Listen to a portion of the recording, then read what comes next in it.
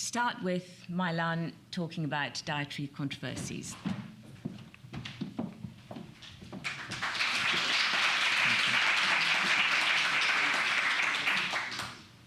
Hello, good afternoon, and thanks for attending this conference.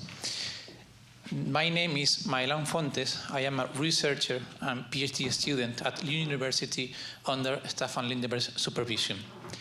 The title of my talk is Nutrition Controversies. My main goal is to explain what can be done to improve dietary guidelines for the prevention and treatment of Western disease. But before going into details, if I ask you to label these foods, what would you say? I guess that most of you would think of low fat, and this is correct. And if I ask you to label these foods, I guess that most of you are thinking of low carbohydrate foods, which is right.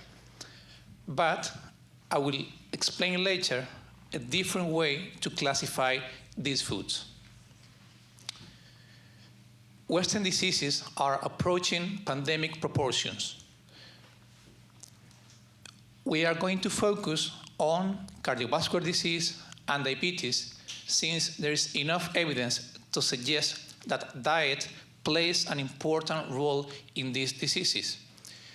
Cardiovascular disease is responsible for between 50 and 80% of death in patients with diabetes. Every year, 17 million people die from cardiovascular disease. Obviously, cardiovascular disease and diabetes are a huge socioeconomic burden. If diet plays a role in the prevention and treatment of these diseases, we should understand which is the optimal dietary approach for them. Lifestyle is an effective treatment for Western diseases. In people with impaired glucose tolerance, lifestyle can reduce the incidence of diabetes even more than metformin. Also, in people with impaired glucose tolerance, lifestyle reduces the incidence of cardiovascular disease mortality. A recent systematic review and meta-analysis by Ayala, published in the American Journal of Clinical Nutrition, conclude that a low glycemic index diet, a low carbohydrate diet, a high protein diet, and the Mediterranean diet, all of them improve A1C compared to control diets. However, the role of weight loss could not be ruled out. So we have some confounders in nutrition trials. When we look at the European Society of Cardiology and the European Association for the Study of Diabetes lifestyle guidelines for the prevention of cardiovascular disease in patients with diabetes, we see Class 1, Level A evidence recommendation for reducing total intake of fat to less than 35% of energy, to reduce the intake of saturated fat to less than 10% of energy, and to increase the intake of monounsaturated fatty acids to more than 10%. When we look at fiber, they recommend to eat more than 40 grams per day. This evidence has some limitations. If we look at the references, they use randomized control trials with surrogate markers and not hard endpoints as outcomes. So some systematic reviews, like Hooper in 2002, concluded that there is no clear evidence for reduced total dietary fat for cardiovascular risk. And on the other hand, low carbohydrate diets are as effective, at least with regard to biomarkers, since we don't have data on cardiovascular events or mortality. Later, another systematic review concluded that reducing saturated fat reduces cardiovascular disease events, but there was no effect on all-cause or cardiovascular mortality. And regarding fiber, I will mention this unique trial, the DART and reinfarction trial, where men with myocardial infarction were randomized to the advice of increased whole grain fiber or no advice, and were followed up for 2 years. After 2 years, there was a non-significant increase in all death and ischemic heart disease in the group who was advised to increase the intake of whole grains. You can see here this graph percent of survivors after 2 years in the fiber advised group compared to the non-advised to increase fiber intake. So unless you've been in a cave for the last 40 years, I think that you are aware of the fact that there are a lot of nutrition controversies and there is a lack of consensus for the optimal diet for the prevention and treatment of many Western diseases.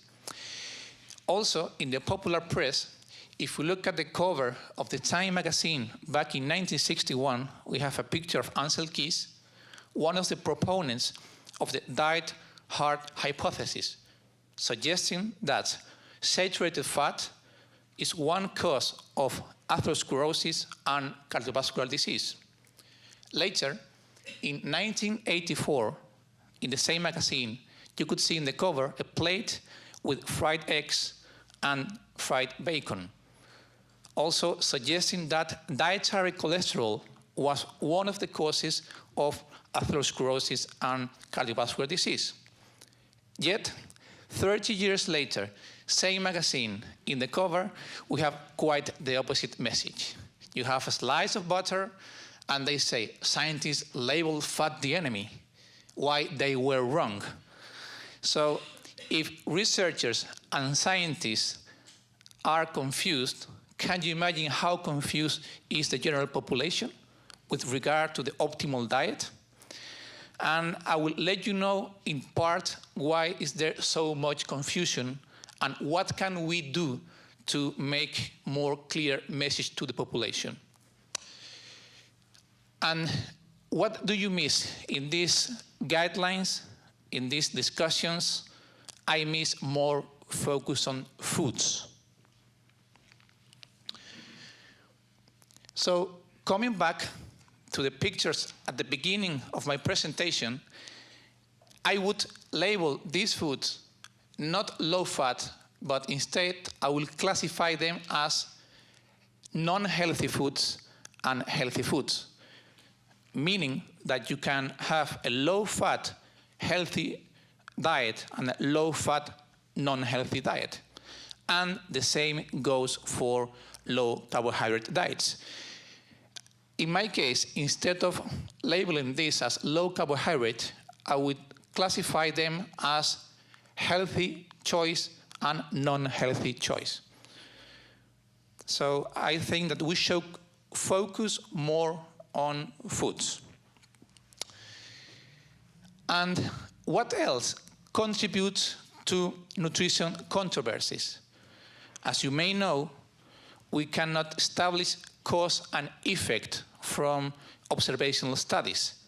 And many dietary recommendations are based on epidemiology. If we look at the correlation between chocolate consumption in kilograms per year per capita with Nobel Prize per 10 million people, we see a very nice correlation. But this, of course, doesn't mean that eating chocolate will make you smarter.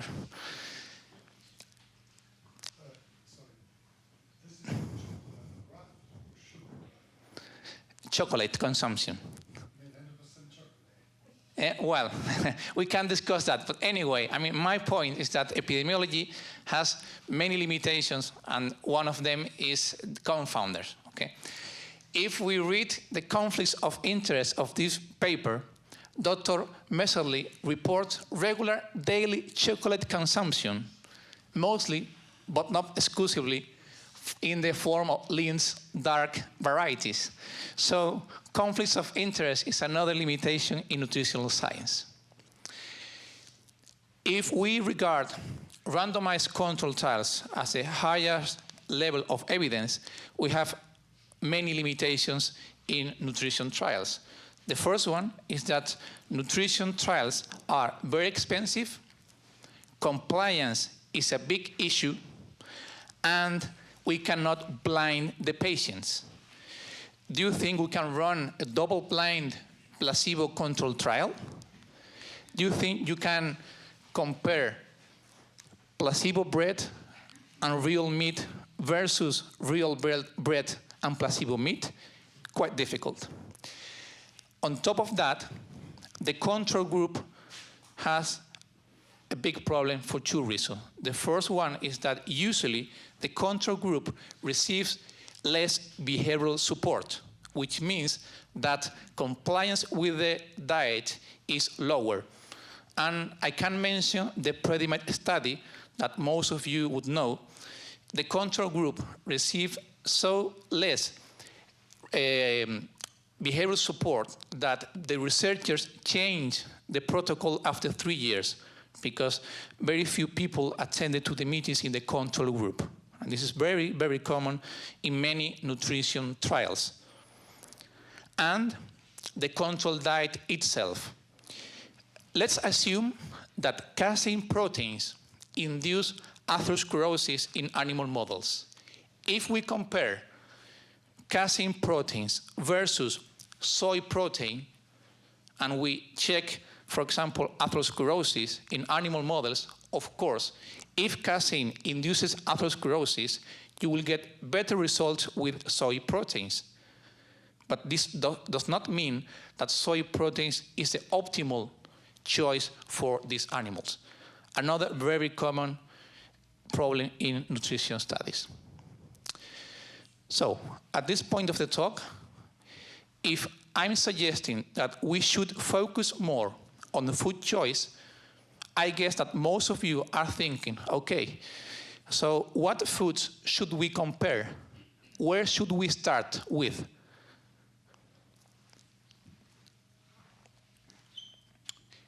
And if you look at this molecule, and I ask you what molecule this is, of course, it's not a fat, it's not a carbohydrate, and actually it looks like a peptide.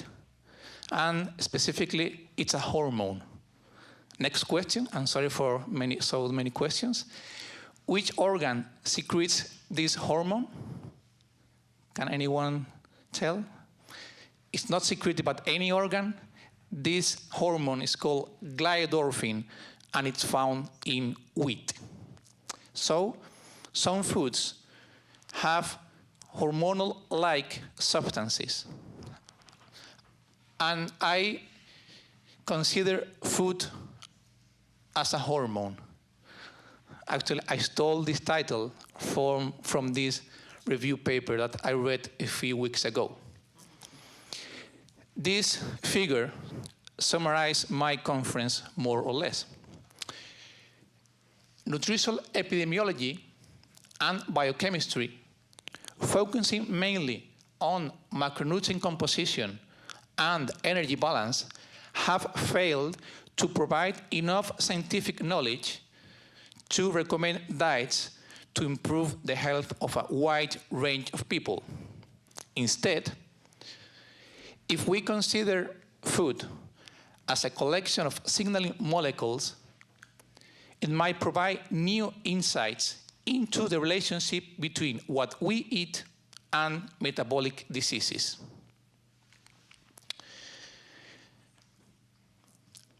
Most animals can run or fly from predators. Plants cannot. Instead, they employ morphological and mechanical protection, such as spikes, thorns, or impenetrable barks. In addition, they produce bioactive compounds to protect them against viruses, bacteria, and herbivores. These bioactive compounds can bind proteins such as receptors, enzymes, ion channels, transcription factors, and cytoskeletons. And the key feature of these bioactive compounds is that they accumulate and are stored in high concentrations in the most important part of the plant for reproduction. For example, the seeds and the buds. This means that, for example, cereal grains, they have a high concentration of these bioactive compounds. And for me, it's very interesting that many researchers, when they talk about bioactive compounds in plants, they see them as health-promoting substances. But if you consider the biological nature of these substances, perhaps they have deleterious effects on our physiology, harmful effects. These bioactive compounds can affect many systems in vertebrates and also in the endocrine system, as we will look later on. This defense system works in general, but some herbivores have evolved and adapt to overcome this defense system, obviously. So now it's time to talk about human evolution and adaptation by means of natural selection.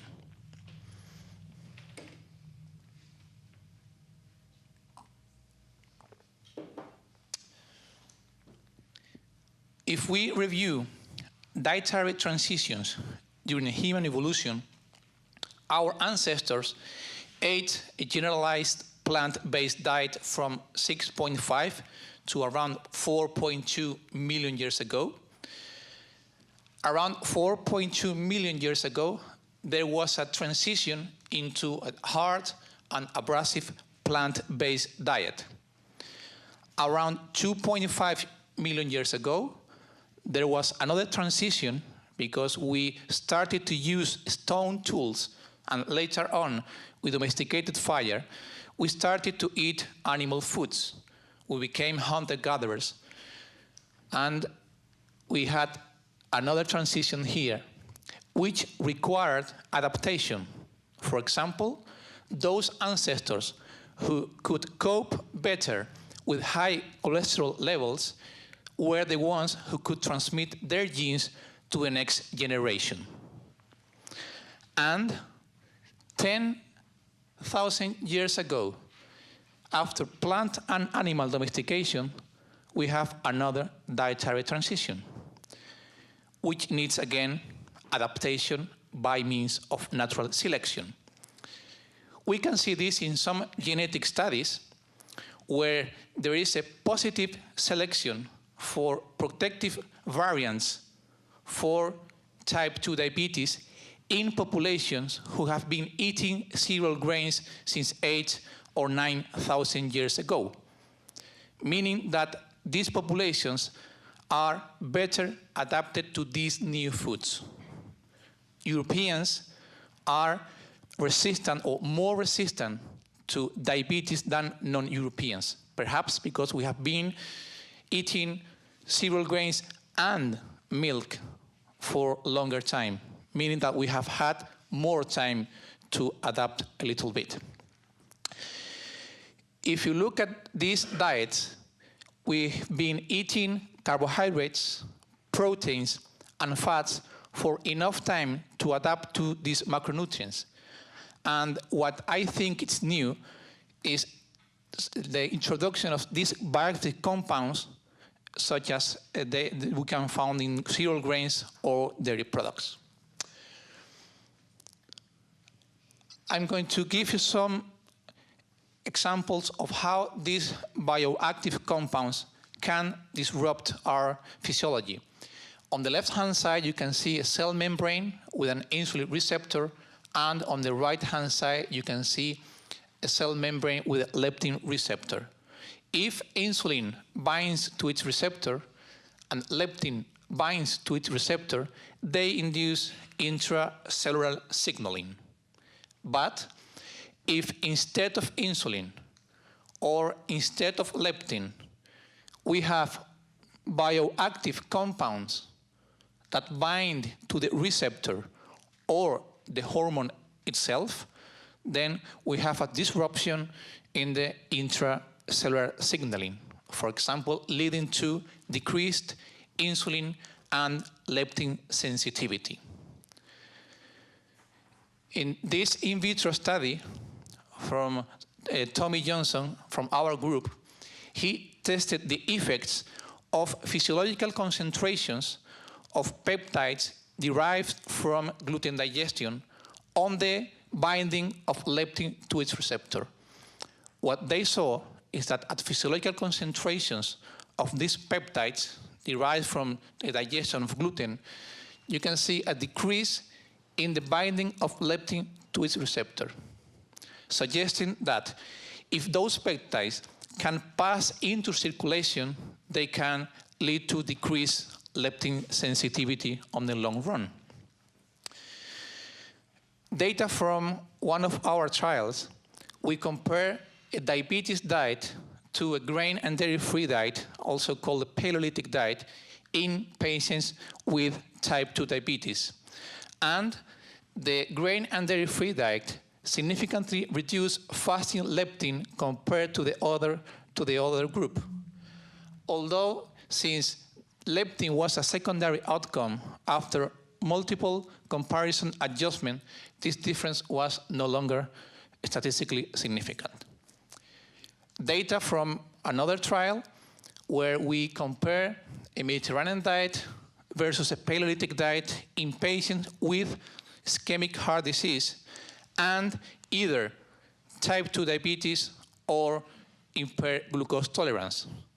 And there was a significant decrease after exclusion of one outlier in the Paleolithic diet. And this significant reduction in fasting leptin was significantly correlated with the intake of cereal grains, as you can see here. But there was no correlation with the intake of carbohydrates. This also suggests that something in cereal grains, independent of the amount of carbohydrates, reduces the sensitivity of, for example, leptin. If plants use these bioactive compounds to protect them against predators, viruses, and bacteria, in the case of milk, it's not just a food, but a collection of bioactive compounds aiming at postnatal growth. I'm going to show you both sides of the coin with regard to bioactive peptides found in milk. On the short term, there are some studies suggesting that after the digestion of whey proteins, as you may know, the proteins in milk are of two classes, whey proteins and casein proteins. In this case, when whey proteins are digested, they lead to some bioactive compounds that, for example, increase the secretion of GLP-1 and GIP. Other bioactive peptides, they inhibit the enzyme D-peptidyl peptidase 4, which is the enzyme that degrades GLP-1 and GIP, the incretin hormones. The net effect is an increase in insulin secretion. This is so-called the incretin effect. And GLP-1, but not GIP, inhibit the secretion of glucagon from the alpha cells. Glucagon increases blood sugar. And the result is a glucose-lowering effect from bioactive peptides found in whey proteins. Also, GLP-1 increases satiety, leading to lower caloric intake. On the other hand, some researchers have looked into some harmful effects on the long run of peptides, from increased intake of milk proteins. When whey proteins and caseins are digested, they increase the concentration of branch chain amino acids and also glutamine, but I am going to exclude it from the equation, and especially leucine. Also, branch chain amino acids induce the secretion of insulin-like growth factor 1 from the liver. And both IGF-1 and leucine induce hyperactivation of the mTOR complex 1. mTOR complex 1 increases insulin secretion, but also induces endoplasmic reticulum stress, leading to apoptosis. mTOR complex 1, because it increases de novo lipogenesis, can produce lipotoxicity. Lipotoxicity is the ectopic accumulation of fat in vital organs such as the pancreas, the liver, muscle, or even the heart. This is called lipotoxicity. Lipotoxicity and apoptosis are two important mechanisms in the pathophysiology of type 2 diabetes. Here you have an example of how the long-term consumption of milk proteins can have deleterious effects on our health. And this image is from a review paper published in the New England Journal of Medicine, and they explain how low-carb, high-protein diets induce atherosclerosis and cardiovascular disease in animal models. If we check the original references, for example, Fu in PNAS 2009, the kind of protein that they use to induce atherosclerosis in animals is not cod protein, it's not beef protein, they use casein protein. Almost all animal studies using low-carb, high-protein diet, actually they use high casein diet. So I would rename the title into vascular effects of low-carb, high casein diets. And this is what happens when you don't consider evolution in nutrition science, if you don't have an evolutionary template. Because as I explained before, the control group could be a problem in clinical trials with nutrition.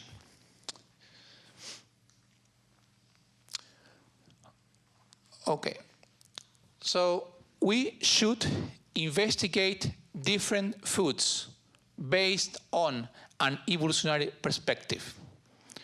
When I asked before, how should I start? If we should focus more on foods, which foods should we compare? I think that we should compare foods that we should be adapted to versus new foods from an evolutionary time scale.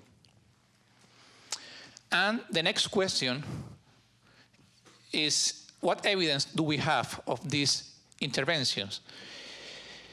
This year, it was published a systematic review and meta-analysis comparing the effects of a Paleolithic diet versus other healthy diets, like, for example, the Nordic nutrition recommendations, the official recommendations for patients with type 2 diabetes in Sweden and the Netherlands, and the Mediterranean diet. And for the 5 factors of the metabolic syndrome, the diet without grains and dairy reduced significantly, for example, waist circumference, triglycerides, and there was a non-significant increase in HDL, a non-significant decrease in systolic and diastolic blood pressure, and a non-significant decrease in fasting blood sugar. These trials are small, and the outcomes were assessed on the short term at 2 weeks. So it's obvious that we have limited evidence, but it's a starting point. What's next? I think that we should make a paradigm shift in nutrition science, and we should test different food groups. This is a pilot study that we ran in Lanzarote, where I live, and we compare 2 healthy diets, and in order to avoid bias in the patients, we told them that both of them were healthy. They met all the official recommendations for patients with type 2 diabetes, but we didn't know if any of them was better than the other, if any was better.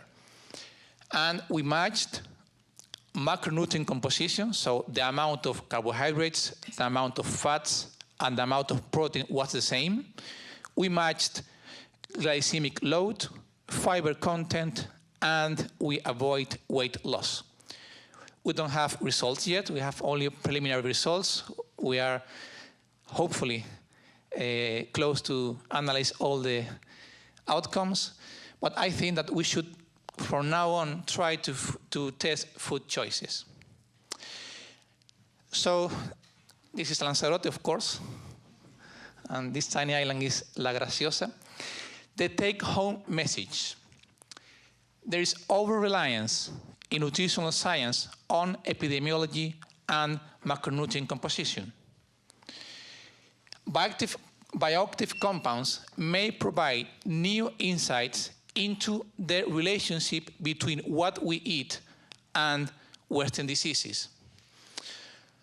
And we should investigate different foods based on an evolutionary perspective. Thank you.